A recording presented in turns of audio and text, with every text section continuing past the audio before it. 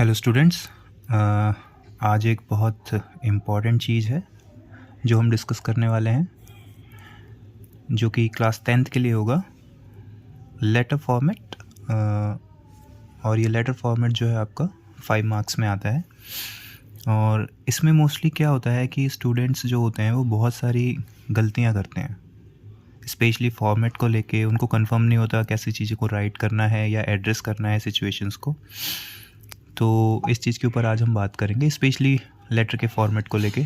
और बहुत ज़्यादा इंपॉर्टेंट हो जाता है बिकॉज मार्किंग जो होती है आपके सीबीएसई में वो कुछ इस चीज़ के अकॉर्डिंग होती है। 1 मार्क जो आपको होता है वो फॉर्मेट के लिए दिया जाता है, 2 मार्क्स आपके कंटेंट के लिए, 1 मार्क्स ऑर्गेनाइजेशन के लिए एंड 1 मार्क आपका एक्यूरेसी के लिए। ये सारी चीज़ें, इन चीज़ों के बेसिस पे आपको मार्क दिए जाते हैं। सो अगर हम बात करें आपके फॉर्मेट की, तो फॉर्मेट का जो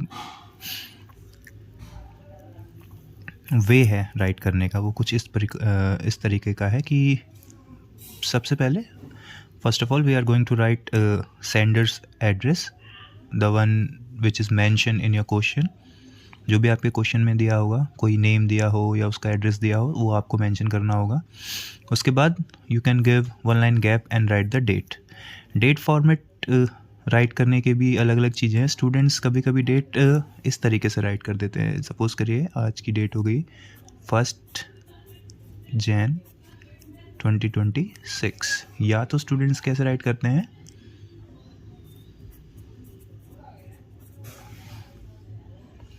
या कभी कभी हम लोग राइट करते हैं कॉमा जैन कॉमा 2026।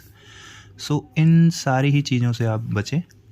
वैसे ज़्यादा चीज़ें नहीं, बट अगर आपको डेट राइट करनी है तो एक फॉर्मेट आप इसका सीधे राइट कर सकते हैं।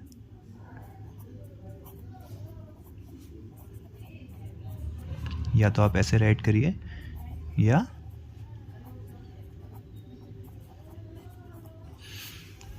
इन 2 तरीक़ों से आप अपनी डेट को राइट कर सकते हैं। उसके बाद 1 लाइन का गैप आप फिर से दे सकते हैं and then you will write receiver's address. और यहाँ पे जैसे कि हम राइट करते हैं, सपोज़ करिए किसी एडिटर को राइट किया जा रहा है, तो हम जैसे टाइम्स ऑफ इंडिया के एडिटर को राइट कर रहे हैं तो एडिटर टाइम्स ऑफ इंडिया, और उसके बाद जो भी एड्रेस उसमें मेंशन होगा आप उस चीज़ को मेंशन कर सकते हैं। तो रिसीवर्स एड्रेस, उसकी designation if it is given there, and address. उसके बाद जो सबसे इम्पॉर्टेंट चीज़ है जो स्टूडेंट्स को बहुत ज़्यादा प्रॉब्लम आती है राइट करने में, वो होता है सब्जेक्ट।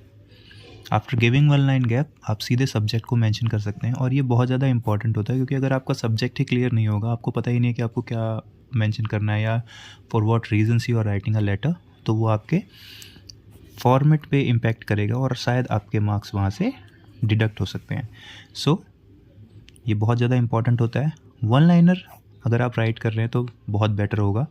और सेकंड चीज़, आपका जो सब्जेक्ट है वो बहुत ज़्यादा क्लियर होना चाहिए, that what you are writing for your letter. Then salutation में सर, मैडम आप राइट कर सकते हो, या एडिटर को आप राइट करते हो तो एडिटर के लिए आप राइट कर सकते हो। तो ये आपका फॉर्मेट हो गया।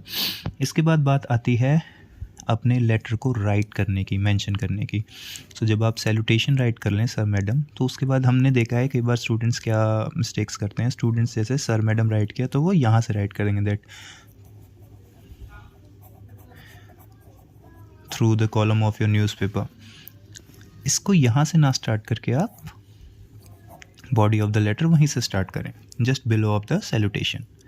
मीन्स जो भी आपका ऑर्गेनाइजेशन है, ये जिसके मार्क्स आपको मिल रहे हैं, आपका लेटर कितने अच्छे तरीके से ऑर्गेनाइज्ड होगा, उस चीज़ के आपको मार्क्स मिलते हैं। सो बॉडी में जब हम बात करें तो फर्स्ट पैराग्राफ जो हमारा होता है वो होता है पर्पज़ ऑफ राइटिंग का, for what purpose we are writing a letter.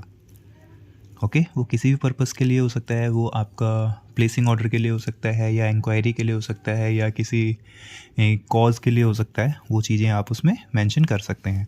After that details provide करनी बहुत ज़्यादा ज़रूरी होती हैं। एंड देन उसके बाद आपका लास्ट जो पैराग्राफ है वो, उसमें आपकी रिक्वेस्ट है that if you are writing it to place an order.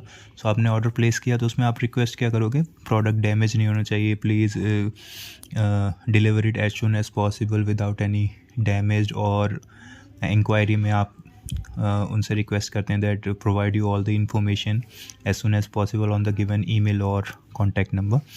Expectation, जब हम एडिटर को राइट करते हैं तो what we expect that I hope my letter will get a place in your newspaper or something like that we can write. So basically body letter, जो body होगा आपके letter का वो 3 पार्ट्स में डिवाइड होना चाहिए, 3 पैराग्राफ्स में divide होना चाहिए। पहला, the purpose of writing, for what purpose you are writing your letter. Second is about the details and third one is about your request and whatever your expectations are you're writing for. Then the last thing is complimentary clause we having. Complimentary clause write करने के लिए when your letter is finished what you can do, ये चीज़ें हमको already confirm है, हम write करते हैं thanking you and after that your sincerely, faithfully और sometimes we write your truly also. Okay, उसके बाद आपका name and then you can give your signatures also there. So इन सारी चीज़ों का ध्यान स्टूडेंट्स नहीं रखते हैं जब भी वो लेटर राइट करते हैं, because I have seen many a times कि स्टूडेंट्स को फॉर्मेट ही कंफर्म नहीं होता लेटर राइटिंग का कि हमको क्या चीज़ राइट करनी है और किस वे में हमको अपना लेटर अरेंज करना है या ऑर्गेनाइज करना है। सो इसमें first sender address, then your date की हमने फॉर्मेशन भी राइट किया, then the receivers address with the designation और address if you are having any, और उसके बाद सब्जेक्ट 1 लाइनर होना चाहिए और क्लियर होना चाहिए बहुत ज़्यादा। देन द सैल्यूटेशन सर और मैडम और editor to whom you are writing. Then body, it should be divided into 3 parts. Paragraph 1 purpose, paragraph 2 details and paragraph 3 is about request and expectation whatever you are having. Last आप complimentary close write करेंगे and उसके बाद आप क्या write करेंगे, thanking you sincerely, most of the time हम जाते हैं faithfully and truly, ये 3 options हैं आपके, but इसमें से mostly हम जाते हैं sincerely के साथ and then we go with the truly. After that your name is there and your signature is there. और अगर किसी लेटर में आपकी क्लास वगैरह मेंशन होती है तो आप उसमें अपनी क्लासेस वगैरह को भी मेंशन कर सकते हैं। तो ये चीज़ें बहुत ज़्यादा इंपॉर्टेंट हैं जब भी आप अपनी बोर्ड क्लास में बैठ रहे हैं लेटर राइटिंग के लिए।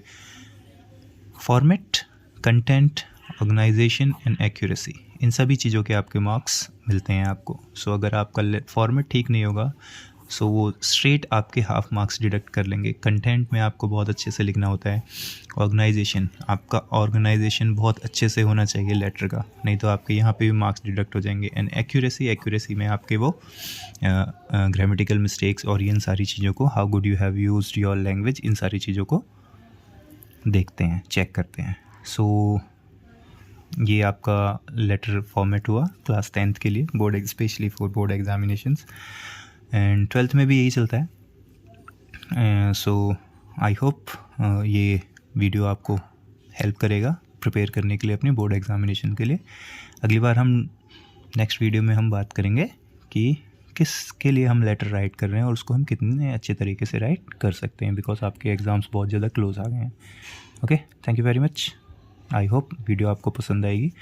पसंद आती तो आप प्लीज़ लाइक करो, अपने फ्रेंड्स के साथ शेयर करो और प्लीज़ चैनल को सब्सक्राइब भी करो। Thank you very much.